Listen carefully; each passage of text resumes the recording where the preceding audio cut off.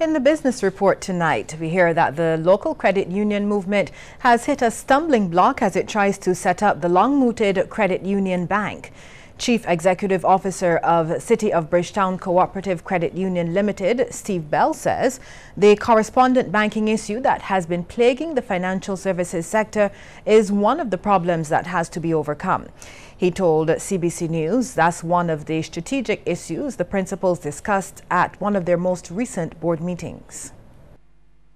The issues here really is, getting people together in terms of getting on the same page. You have the issue with foreign exchange in terms of correspondent banking relations. As you know, it's very difficult to get correspondent banking relations given the de-risking issues that the whole world, the Caribbean region in particular, is facing. So those are some of the things that we need to overcome effectively before we can even talk about actually putting a bank in place. Almost every country in the Caribbean is at the bottom end of credit ratings by international credit ratings agencies. That's according to head of the Department of Economics at the University of the West Indies Cave Hill campus, Professor Winston Moore. He notes, however, that the ability to repay debt is not always the issue. You can actually fall into this category if you do a little bit of debt renegotiation with your creditors. You can actually still fall into that category as well. So in the last government's budgetary proposals, they made this recommendation, they made a statement that they were going to sort of do a little bit of debt renegotiation in regards to Barbados's debt. And to some extent, that can also fall into the category of a default. Even though we still would be repaying our debt, it still would fall into that category. And we haven't really done that as yet, but it is something to bear in mind going ahead in the future. He says in the case of Barbados, one of the key categories hurting the country in terms of the fiscal deficit relates to interest payments. So yes, you have wages and salaries, yes, you have your transfers and subsidies.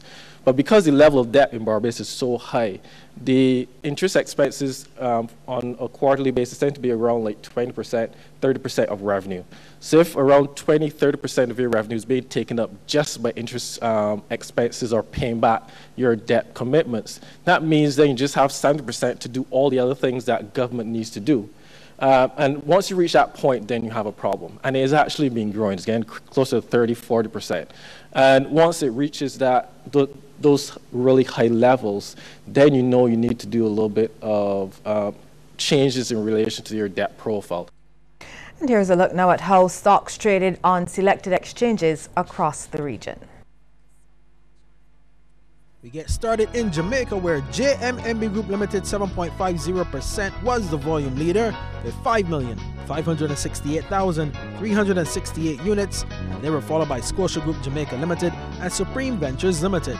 In Trinidad and Tobago, Trinidad Cement Limited was the volume leader with 415,625 shares changing hands for a value of $1,662,000, and they were followed by NCB Financial Group Limited and Angostura Holdings Limited.